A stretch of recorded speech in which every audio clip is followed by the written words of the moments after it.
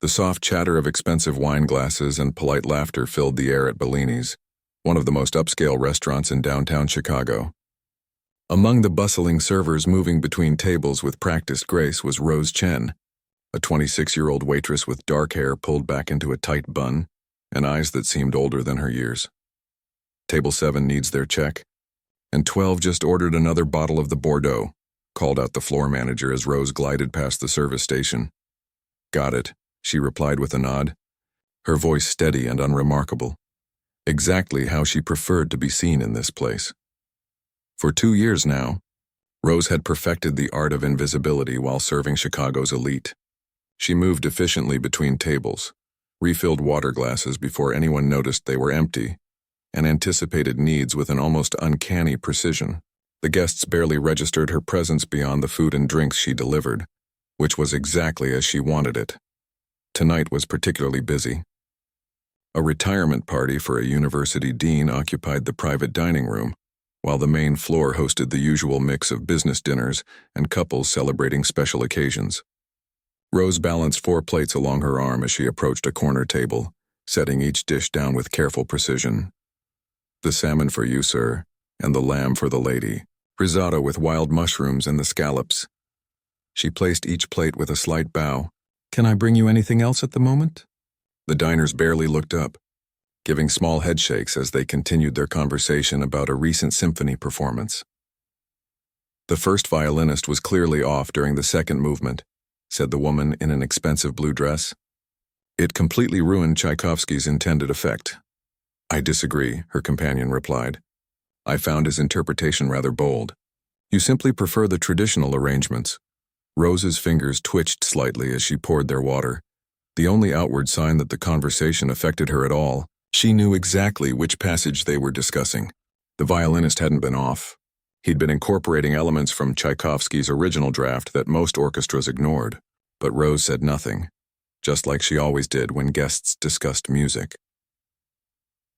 Back in the kitchen, she leaned against the wall for a moment, flexing her fingers to release the tension. One of the line cooks glanced over. You okay? You look like you're about to snap. I'm fine, Rose said quickly, reaching for another tray. Just a long night. The truth was more complicated than a long shift. 6 years ago, Rose Chen hadn't been a waitress. She'd been a piano student at Juilliard, one of the most prestigious music schools in the world. Her fingers hadn't been carrying plates but dancing across 88 keys with a skill that had earned her scholarships and standing ovations since she was 12. Music had been her entire life, a gift discovered when her grandmother's old upright piano became her playground at age 5. By 16, she was performing with regional orchestras. At 18, when Juilliard accepted her, it seemed her path was set. Until it wasn't. Rose grabbed 3 dessert orders and pushed through the swinging kitchen doors, her customer service smile firmly back in place. She didn't allow herself to think about music during work hours. That was her rule, one of many she had created to keep herself functioning. Here you are, she said, placing a chocolate souffle in front of a young woman celebrating her birthday. The table broke into song and Rose stepped back, watching the girl blow out her candle with a wish and a giggle. What would she have wished for at that age? More practice time, better recordings to study, a chance to play with the masters, all wishes that had come true, briefly before everything fell apart. As her shift continued, Rose moved on autopilot through the restaurant. Take order, deliver food, refill drinks, clear plates, bring check. The routine was mindless enough that unwanted memories sometimes slipped through her defenses. The weight of the keys beneath her fingers. The way certain passages felt like flying. The rush of adrenaline before a performance. And then the paralyzing panic that had overtaken her during her second-year recital. The sudden inability to breathe, to move, to play another note as hundreds watched. The humiliation of being led from the stage.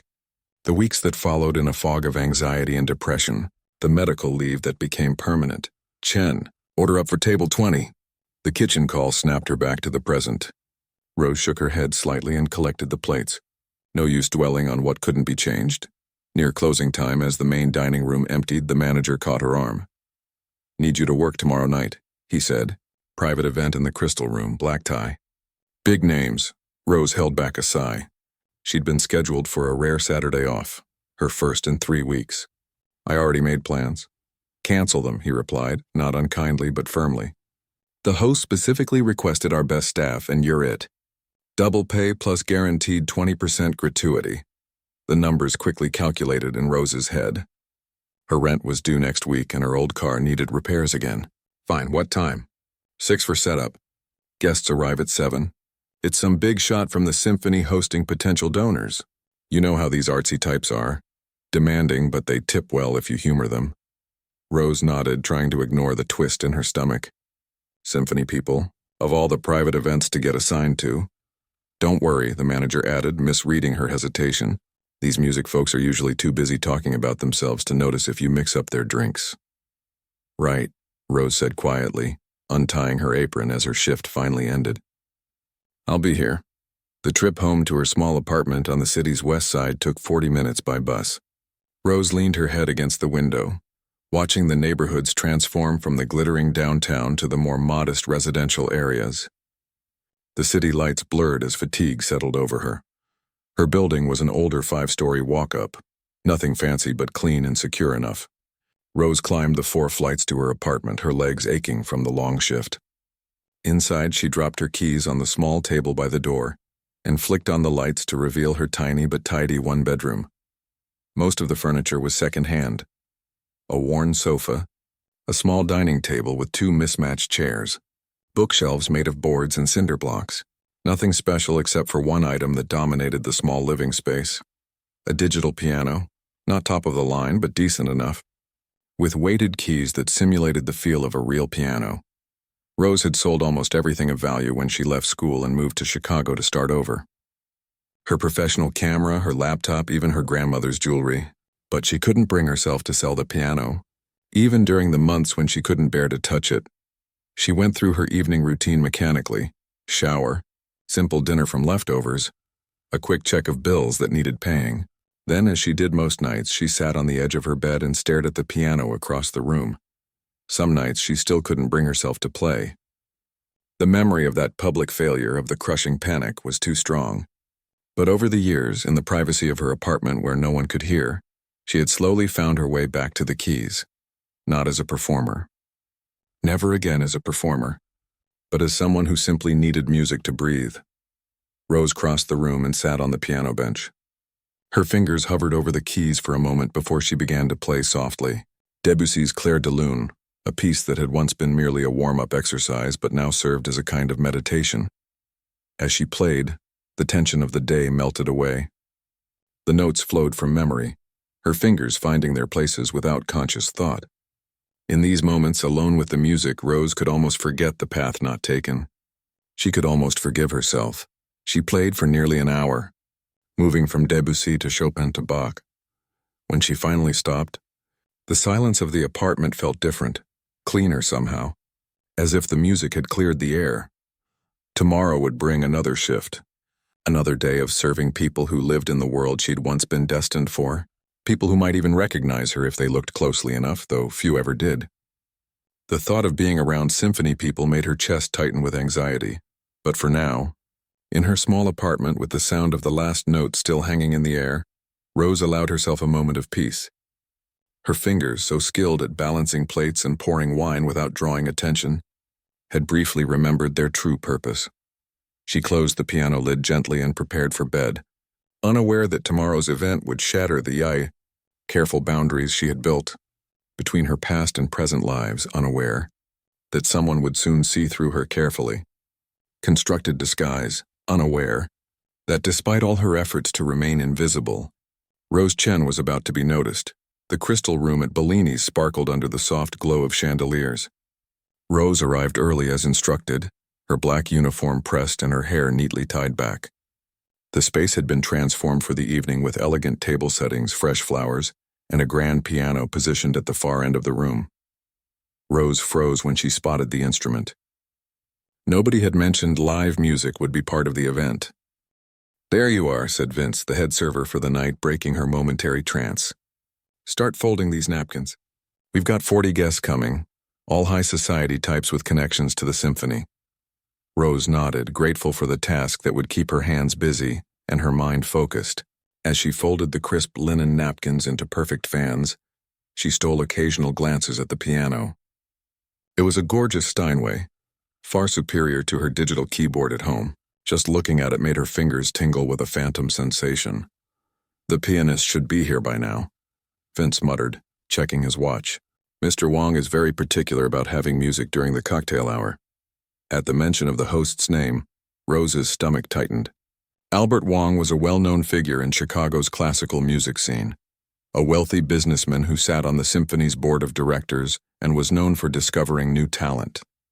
She'd never met him personally, but she'd read about his influence when she was still pursuing music. The catering staff bustled around her, setting up the bar and arranging appetizer trays. Rose kept her head down, focusing on her assigned tasks with mechanical precision. Just get through the night, she told herself. Serve the food, stay invisible, go home. An hour before guests were due to arrive, the event coordinator burst through the doors, her face tight with stress. We have a problem, she announced to the staff. The pianist has food poisoning. He just called to cancel. The room erupted with concerned murmurs. Rose kept folding napkins, pretending not to hear. Mr. Wong specifically requested live piano music. The coordinator continued. He's using tonight to impress potential donors for the Youth Symphony program. This is a disaster. Can't we just play recorded music? Vince suggested. Absolutely not. Mr. Wong was clear about wanting live performance. He's bringing the director of the conservatory and 3 major donors. Rose's hand stilled on the napkin she was folding. The director of the conservatory would almost certainly know her by reputation, if not by sight. 6 years wasn't long enough to be completely forgotten in such a tight-knit community. She needed to stay far away from that group. I'll make some calls, the coordinator said, stepping away with her phone already in hand. For the next 45 minutes, Rose focused on preparing the room, setting tables and arranging centerpieces. She half listened to the coordinator's increasingly desperate phone calls, each one ending with another rejection. Apparently, finding a professional pianist on a Saturday evening with no notice was nearly impossible. With just 20 minutes before guests were set to arrive, Mr. Wong himself walked in to inspect the arrangements. He was a short, impeccably dressed man with silver-rimmed glasses and an air of authority that made everyone stand a little straighter. Everything looks wonderful, he told the coordinator. Where's our pianist? The coordinator's face fell. I'm so sorry, Mr. Wong, the pianist we booked has fallen ill. I've been trying to find a replacement, but on such short notice. This is unacceptable, he interrupted, his pleasant expression hardening. Music is essential for tonight's atmosphere. These donors need to feel the culture they're supporting. We could play recorded music through the sound system, the coordinator offered tentatively. Mr. Wong shook his head firmly. That won't do. My guests expect excellence, not a Spotify playlist. Rose kept her eyes down, methodically arranging water glasses at the furthest table from their conversation. If she could just stay invisible for a few more minutes, she could escape to the kitchen for the rest of the evening. What about one of the staff? Mr. Wong suddenly asked, looking around the room. Surely someone here plays. The coordinator blinked in surprise. I wouldn't know, sir. Ask them, he insisted. Rose's heart began to pound as the coordinator reluctantly gathered the serving staff. This is unusual, the coordinator began awkwardly. But does anyone here play the piano? Even just basically? Mr. Wong needs someone to provide background music for the cocktail hour. The room remained silent. A few servers exchanged confused glances.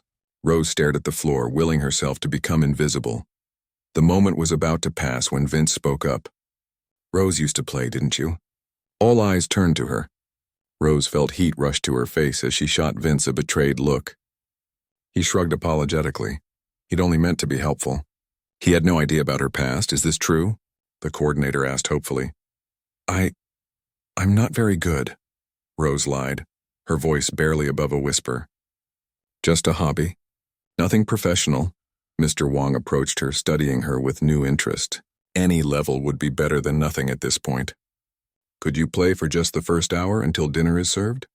Sir, I really don't think— Please, he said, his tone making it clear this wasn't actually a request. It would be a tremendous help and you'd be compensated extra, of course. Rose looked around desperately. The coordinator was practically begging with her eyes. Vince mouthed sorry from across the room. The other servers watched with curious expressions. I haven't played in front of anyone in years, she admitted, her voice strained. I get nervous. It's just background music, the coordinator assured her quickly. No one will be paying close attention. Just something light and pleasant while people mingle. Rose's mind raced through her options. She could refuse and possibly lose her job. She could fake an illness and leave. Or she could sit at that piano and play something simple, something that wouldn't reveal her training or draw attention. Just a few easy pieces, Mr. Wong pressed. Classical or jazz standards. Nothing challenging. The irony of those words made Rose want to laugh. What he considered challenging and what she did were worlds apart. She could play easy pieces in her sleep even after years away from serious practice. Rose hesitated, then nodded slightly. All right. Just for the cocktail hour. The relief on the coordinator's face was immediate. Thank you. You're saving us, Mr. Wong seemed pleased. Wonderful. I appreciate your flexibility. Please start when the first guests arrive in about 15 minutes. As he walked away, Rose felt like she might be sick. 15 minutes. After 6 years of avoiding public performance, she had 15 minutes to prepare herself to play in front of Chicago's musical elite. Vince came over while she was taking deep breaths by the service station. You okay? You look like you're about to pass out. I'm fine, Rose said automatically, though her hands were trembling. I just don't like being the center of attention. It's just background music, he said, echoing the coordinator's words. No one will even notice, but Rose knew better. Musicians noticed other musicians. They could tell the difference between a hobbyist and someone with training, even from a few notes. And someone with her level of training couldn't simply play badly on purpose. Her hands wouldn't allow it.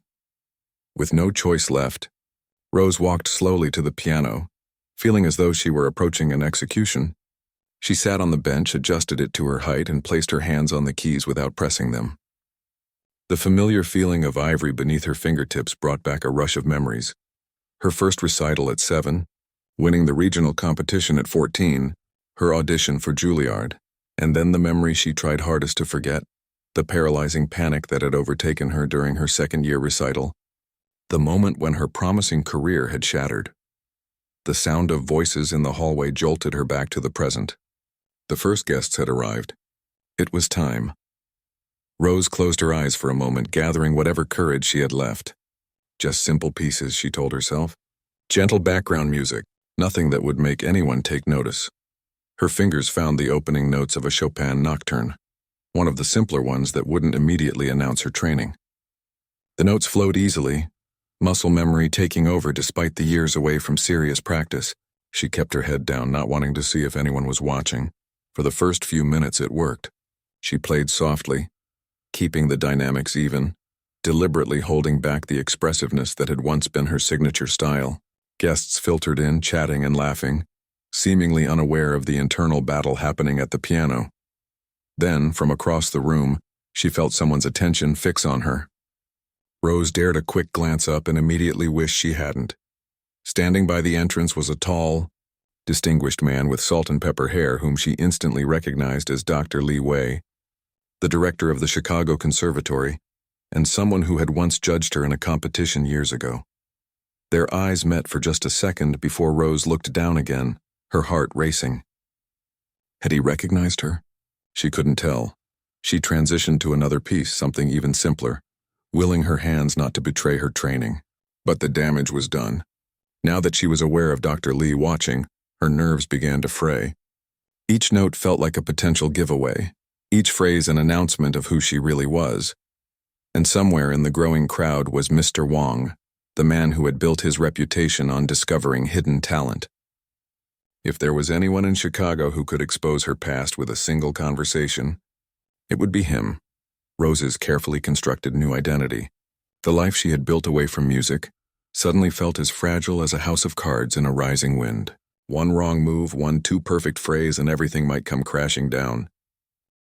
The cocktail hour had just begun, and already Rose felt like she was hanging on by a thread.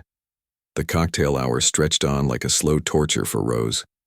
She kept her eyes fixed on the keys, playing one simple piece after another while trying to ignore the curious glances sent her way. The room had filled with guests now, wealthy donors in expensive clothes, musicians in more modest but elegant attire, and various important figures from Chicago's art scene. Rose could feel Dr. Lee watching her from across the room. Every few minutes she would sense him moving closer, circling like a curious hawk. She deliberately made small mistakes, adding wrong notes here and there, trying to appear as nothing more than a casual player. "You're quite good," said a woman who had wandered over to the piano with a glass of champagne in hand. "Do you play professionally?" "No," Rose replied quickly, not missing a beat in the gentle jazz standard she was playing.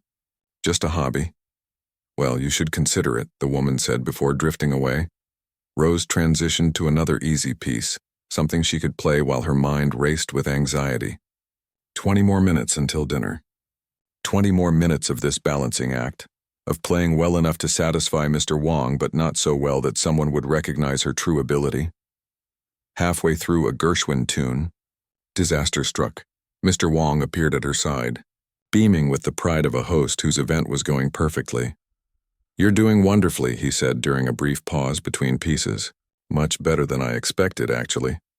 "Thank you," Rose murmured, immediately starting another simple melody to discourage conversation. But Mr. Wong wasn't finished. "Dr. Lee was just commenting on your playing. He says you have excellent technique for an amateur." Rose's fingers nearly stumbled on the keys. "That's kind of him. In fact," Mr. Wong continued, lowering his voice confidentially, "I have a small favor to ask. Our keynote speaker is running late, and we need to entertain the guests a bit longer before dinner. Could you play something more substantial? Perhaps a classical piece?" Rose's heart sank. "I'm not sure what you mean." "Something impressive," he clarified, gesturing vaguely. "These are music lovers, after all. Give them something to appreciate while they wait. A Beethoven sonata, perhaps? Or some Chopin?" The mere suggestion made Rose's chest tighten with panic. Playing a serious classical piece would be like announcing her training with a bullhorn. There would be no more pretending to be a casual hobbyist. "I don't really know those pieces well enough," she lied, her mouth dry. "I mostly play simple songs." Mr. Wong looked disappointed but pressed on. "Surely you must know one showpiece? Even a portion of something recognizable?"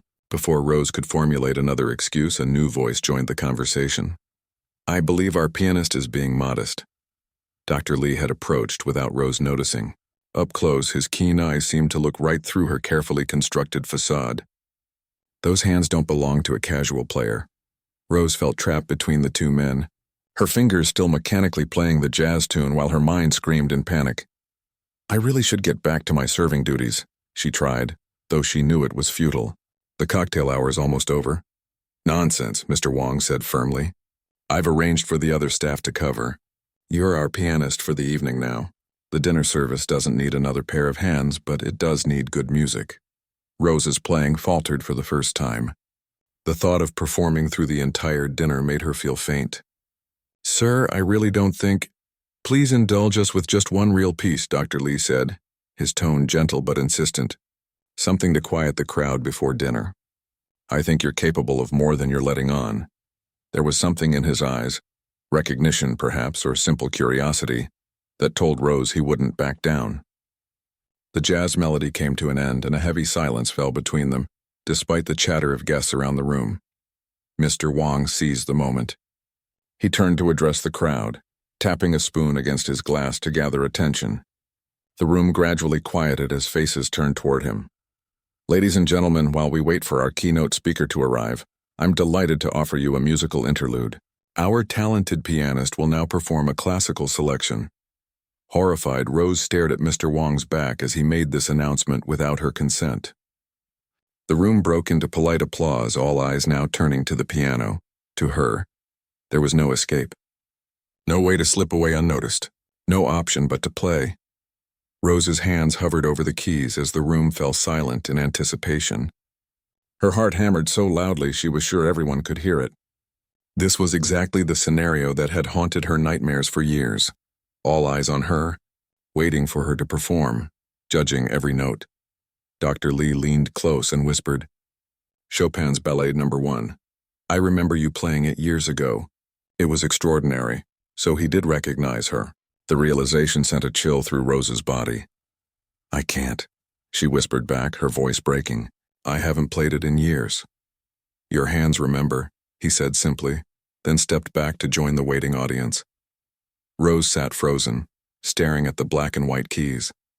The silence in the room grew uncomfortable as guests began to exchange confused glances. Someone coughed. Another person shifted in their seat. Mr. Wong looked back at her with a mixture of confusion and growing irritation. She had to play something. Anything. But what? Her mind went blank. Years of repertoire suddenly inaccessible through the fog of panic. And then, without conscious decision, her fingers found the opening G minor chord of Chopin's Ballad No. 1. The rich, resonant sound filled the room, immediately silencing the murmurs. Those opening notes, questioning, uncertain, searching, perfectly mirrored her own emotional state. Rose closed her eyes, surrendering to the music that had been her life's passion. The simple introduction flowed from her fingers with a naturalness that surprised her. It felt like reconnecting with an old friend, awkward at first, but with an underlying familiarity that couldn't be erased by time. As the piece built from its contemplative beginning toward its more dramatic sections, Rose felt something shift inside her. The panic didn't disappear, but it transformed. For 6 years, fear had kept her from this moment, had convinced her she couldn't face an audience again. Yet here she was, playing one of the most challenging pieces in the piano repertoire. Her fingers moved faster as the ballad's tempo increased. The technical passages she had once struggled to master now flowed from some deep muscle memory she couldn't have erased if she tried. The harmonies washed over her, each one awakening emotions she had kept buried for years. Rose dared to open her eyes. The room had gone completely still. Every face was turned toward her, expressions ranging from surprise to wonder. Mr. Wong stood slack-jawed by the wall. Dr. Lee watched with a knowing smile. The middle section of the ballade arrived, with its lyrical melody soaring above the accompaniment. Rose shaped each phrase with the expressiveness she had once been known for, her body swaying slightly as she leaned into the emotional peaks of the music. This was no background performance now. This was a concert, and every person in the room knew they were witnessing something unexpected. As the piece progressed toward its famously difficult coda, Rose felt a moment of doubt. This was where she had faltered years ago, where the cascade of notes had overwhelmed her in that fateful recital. Her fingers hesitated for a fraction of a second, but then she caught sight of an elderly woman in the front row, eyes closed, a single tear tracking down her cheek as she absorbed the music. The woman's face reflected such pure appreciation that Rose found her courage again. For this woman, for the music itself, she could finish what she had started. The final section exploded from the piano, notes tumbling over each other in controlled chaos. Rose's hands flew across the keyboard, muscle memory taking over where conscious thought couldn't keep up. The virtuosic passages that had once been her downfall now served as her redemption. With a final thunderous chord, the piece ended. Rose's hands lifted from the keys, trembling with adrenaline and emotion. For one terrifying moment, silence filled the room. Then the applause began. It started with a single pair of hands, Dr. Lee's, and quickly spread until the entire room erupted in enthusiasm. People rose to their feet, their faces showing genuine amazement. Some were calling bravo. Others were turning to their companions asking who this remarkable pianist was. Mr. Wong hurried to the piano, his earlier confusion replaced with excited disbelief. "That was extraordinary. Why didn't you tell me you could play like that? Who are you?" Before Rose could answer, Dr. Lee stepped forward. "I believe I can answer that question," he said loud enough for those nearby to hear. "This is Rose Chen, formerly one of Juilliard's most promising students.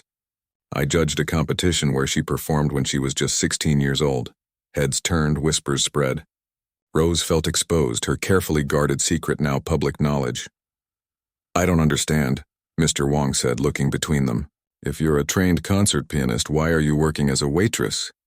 The question hung in the air, too direct to evade, too public to ignore. Rose looked at the faces surrounding her, curious, confused, impressed. For 6 years she had hidden from her past, convinced that the panic that ended her career would define her forever. But she had just played the entire ballade without a single mistake. The piece that represented both her greatest triumph and her greatest failure now offered a new possibility. "It's a long story," Rose finally said, her voice steadier than she expected. "One I'm not sure I'm ready to tell." Dr. Lee nodded respectfully. "We all have chapters we keep private. But talent like yours," he gestured to the piano, It finds a way to be heard. The crowd began to disperse as servers announced dinner was ready to be served. But every few steps, people paused to look back at Rose, their expressions filled with new respect and curiosity. She was no longer invisible. For better or worse, Rose Chen, the pianist, had been rediscovered. The dining room buzzed with conversation, but it wasn't about the expensive wine or the carefully prepared food. All anyone could talk about was the waitress who had just delivered a world-class piano performance. Rose sat awkwardly at a small table near the kitchen, where Mr. Wong had insisted she join the dinner as a guest, rather than return to her serving duties. "I still can't believe it," Mr. Wong said, shaking his head in amazement as he stopped by her table for the third time. "A Juilliard-trained pianist serving appetizers in my restaurant for 2 years, and I never knew." Rose offered a tight smile, pushing food around her plate. The adrenaline from her performance had faded, leaving her feeling exposed and vulnerable. Every few minutes, someone new would approach to compliment her playing or ask when she would perform again. "I don't perform," she said repeatedly. "Not anymore." Tonight was an exception, but no one seemed to accept this answer. They spoke to her as if her career as a waitress was just a temporary situation, a quirky story she would tell in interviews once she returned to the concert stage. Dr. Lee watched these interactions from across the room, his expression thoughtful.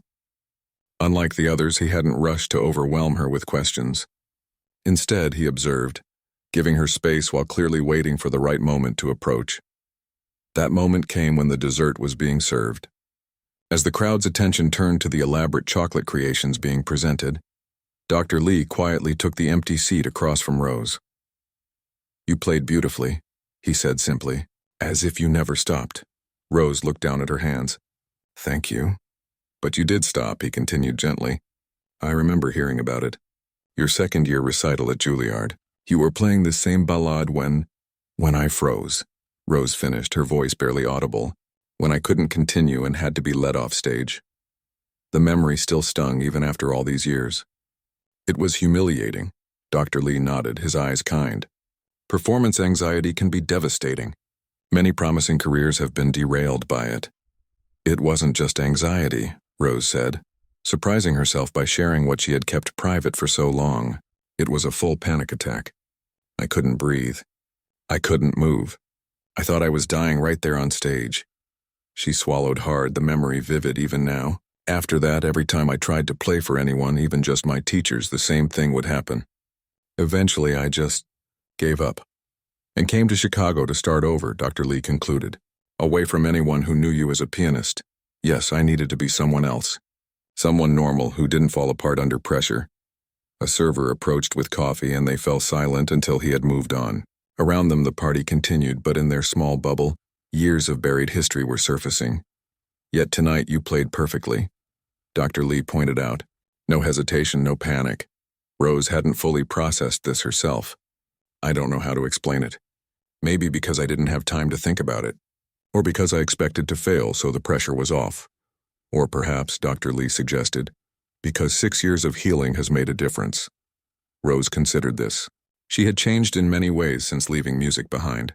She had built a life where she was in control, where expectations were manageable. She had found a kind of peace in her simple routine. "It doesn't matter," she said finally. "One successful performance doesn't erase what happened. I can't go back to that world." Dr. Lee didn't argue. Instead, he reached into his jacket pocket and pulled out a business card, placing it on the table between them. "The conservatory has an excellent music therapy program. Not for performing, for healing. Musicians helping other musicians overcome trauma. If you ever want to talk about what happened or about what might be possible now, my door is always open." Before Rose could respond, they were interrupted by a tall woman in an elegant blue dress who seemed unable to contain her excitement any longer. "I simply must speak with you," the woman gushed, barely acknowledging Dr. Lee as she focused entirely on Rose. "I'm Vivian Porter, director of the Chicago Youth Symphony Program. Your playing was extraordinary and we desperately need a piano instructor. Our previous teacher left for New York last month and—" "I'm not a teacher," Rose interrupted. "But you could be," Vivian insisted. "With your background and talent, you'd be perfect. It's just twice a week, working with gifted children who love music. Please say you'll at least consider it." Rose opened her mouth to refuse, but something stopped her. Teaching was different from performing. It wouldn't put her center stage or subject her to the crushing pressure of a concert hall. And she did miss being around music, being part of that world in some way. I don't know, she said honestly. Vivian beamed as if this were a yes. Wonderful. Here's my card. Call me tomorrow and we can discuss details. She hurried away before Rose could clarify her uncertainty. Dr. Lee smiled slightly. The universe seems determined to pull you back to music tonight. So it seems, Rose said, looking down at the 2 business cards now sitting in front of her. The evening continued in this vein. A recording studio owner wanted her to consider a small project. The artistic director of a local theater needed someone to play for auditions. A wealthy donor offered to sponsor a small recital when she was ready to return to the stage. By the time the event finally wound down, Rose had a stack of business cards and offers that made her head spin. Mr. Wong, thrilled by the unexpected excitement his event had generated, insisted she take a taxi home rather than the late bus. Consider it a thank you, he said, pressing cash into her hand. And Rose? Your job is safe, but if you decide to pursue music again, I'll understand. The taxi ride home gave Rose her first moment of quiet since she had played the ballade. The city lights blurred past the window as she tried to process everything that had happened. In a single evening, her carefully constructed life had been turned upside down.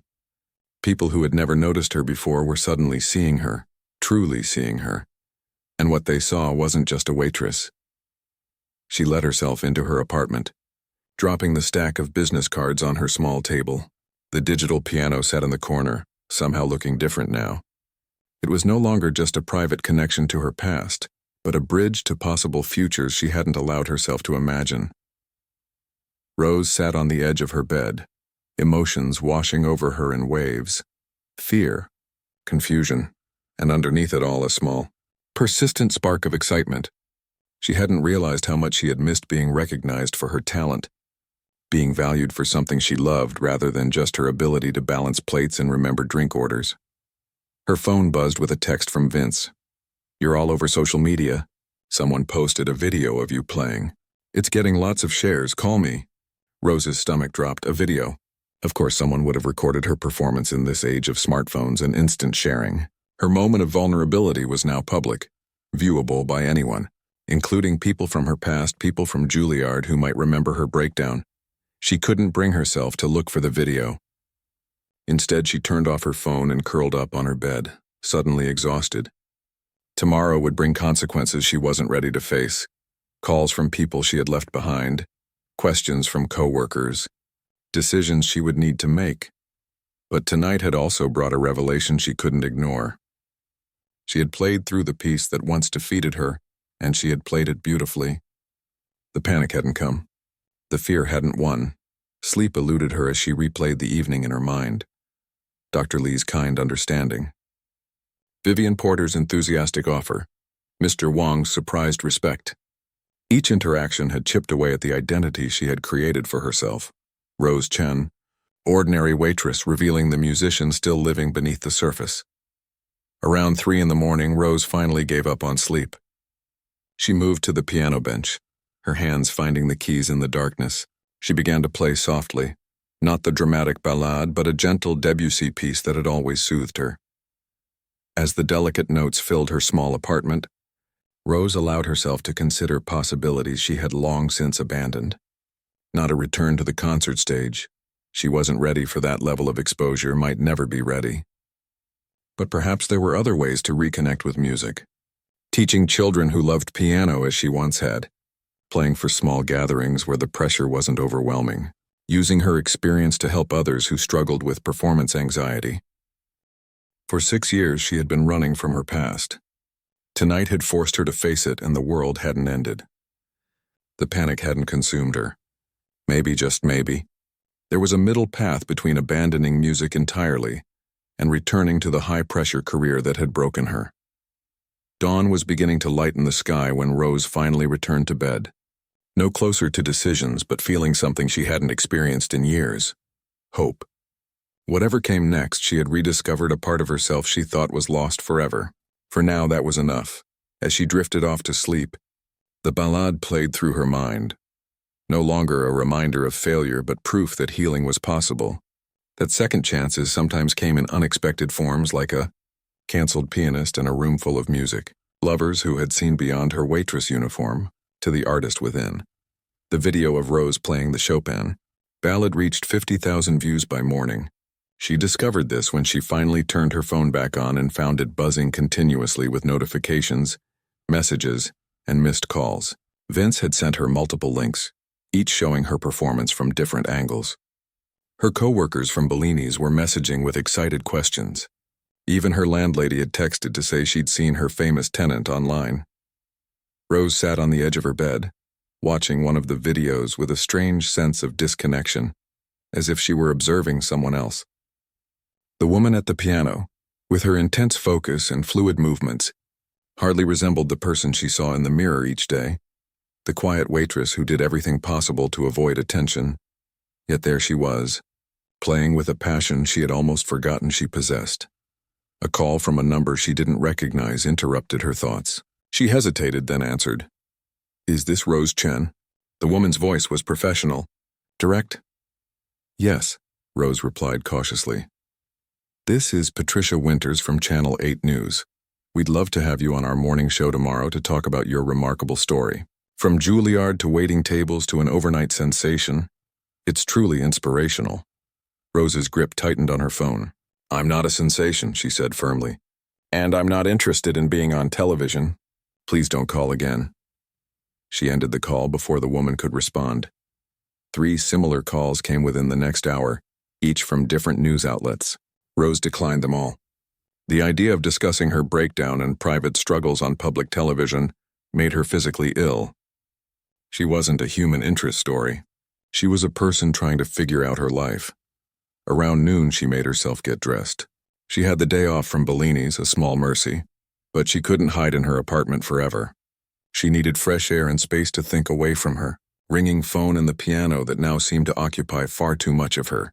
Small living room, the neighborhood coffee shop too, blocks away, had always been a sanctuary. The owner, an older woman named Greta, never asked personal questions and kept the music at a pleasant background level. Today, Rose slipped into a corner table with a large cup of tea, hoping to gather her thoughts. But even here, she couldn't escape what had happened. A group of music students from the local college were huddled at a nearby table, and she could hear snippets of their conversation. "That's her," one whispered not so quietly, nudging his friends. "The pianist from the video." Rose kept her eyes fixed on her tea, pretending not to hear. "Should we ask her to sign something?" Another student wondered. "Don't be weird," a third voice said. "She's probably tired of people bothering her." Rose silently thanked the third student as the group returned to their conversation, though she could feel their occasional glances. This was exactly what she had feared, being recognized, becoming a topic of conversation among strangers. The invisibility she had cultivated for years had vanished overnight. Her phone buzzed again. Dr. Lee. She had saved his number from his card, though she hadn't planned to use it. After a moment's hesitation, she answered. "Dr. Lee, I'm sorry, but I'm really not interested in—" "I'm calling about the video," he said, his voice calm but serious. "I wanted to make sure you're all right. Sudden exposure can be overwhelming, especially given your history." The concern in his voice was genuine, and something in Rose's defensive posture relaxed slightly. "I don't know how to handle this," she admitted. "Everyone wants something from me now. Interviews, performances, lessons. It's too much." "You don't owe anyone anything," Dr. Lee said firmly. "Not explanations, not performances, not your story. Whatever you decide to do next should be for yourself, not because of external pressure." His words eased something tight in her chest. "Thank you. I needed to hear that. Have you considered what you might want?" he asked gently. "Not what others are asking of you, but what would bring you peace or satisfaction." Rose watched steam rise from her tea. "I miss music," she said finally, surprising herself with the admission. "Not the pressure or the spotlight, but the connection to something larger than myself. I miss being part of that world." "There are many ways to be part of the music world," Dr. Lee reminded her. "Performance is just one path." After they hung up, Rose sat for a long time, turning the possibilities over in her mind. The business cards she'd collected last night offered diverse opportunities: teaching, accompanying, even music therapy. ways to reconnect with her passion without subjecting herself to the crushing pressure that had broken her before. When she finally left the coffee shop, her steps took her not home but toward the Chicago Conservatory. She hadn't planned this visit, but something pulled her toward the impressive stone building with its tall windows and grand entrance. The conservatory lobby was quiet on a Sunday afternoon. A few students practiced in distant rooms, the muffled sounds of their instruments creating a patchwork of melodies. Rose approached the reception desk hesitantly. "I'm looking for the music therapy department," she said. "Dr. Lee mentioned a program here." The receptionist directed her down a hallway lined with practice rooms. As she walked, Rose peered through small windows in the doors, glimpsing students bent over instruments, their faces showing the full range of emotions music could evoke: frustration, joy, determination, peace. She found the music therapy suite at the end of the hall. The door was open, revealing a warm room with several pianos, comfortable chairs, and walls covered in colorful artwork. A middle-aged woman looked up from a desk. "Can I help you?" "I'm not sure," Rose said honestly. "Dr. Lee suggested I visit." "I'm Rose Chen." Recognition flashed in the woman's eyes, but she didn't make a fuss. "I'm Diane, the program director. Dr. Lee called to say you might stop by. Would you like some tea while we talk?" Over the next hour, Diane explained how music therapy worked, how it helped people process trauma, manage anxiety, and reconnect with parts of themselves they had lost. As a demonstration, she invited Rose to participate in a simple exercise. "Play how you feel right now," Diane suggested. "No structure, no audience expectations. Just express your current emotional state through sound." Rose hesitated, then sat at one of the pianos. Her fingers hovered over the keys for a moment before finding a minor chord that captured her uncertainty. She added tentative melodies that wandered and searched, occasionally finding moments of clarity before dissolving into questions again. The music was nothing like the structured classical pieces she had spent her life perfecting, but it felt honest in a way that surprised her. When she finished, Diane nodded thoughtfully. "That's the core of what we do here, using music as expression rather than performance. It's a different relationship with the instrument, a conversation rather than a recital." "I like that," Rose said quietly. Diane handed her an application form. "We're always looking for people with your background to train as therapists. People who understand firsthand how complex the relationship with music can be." Rose took the form, not committing but not refusing either. As she left the conservatory, the weight that had pressed on her chest since the previous night felt slightly lighter. Here was a way to use her training and talent without returning to the path that had hurt her before. The next week passed in a blur of decisions and small steps forward. Rose didn't quit her job at Bellini's immediately. That felt too rash, but she did reduce her hours to part-time. With her newfound free time, she began observing music therapy sessions at the conservatory and accepted Vivian Porter's offer to teach one beginner piano class at the Youth Symphony program. Her first day teaching brought a mixture of nerves and excitement. The classroom contained 6 children between ages 8 and 10, each sitting at a digital keyboard with varying degrees of fidgeting and attention.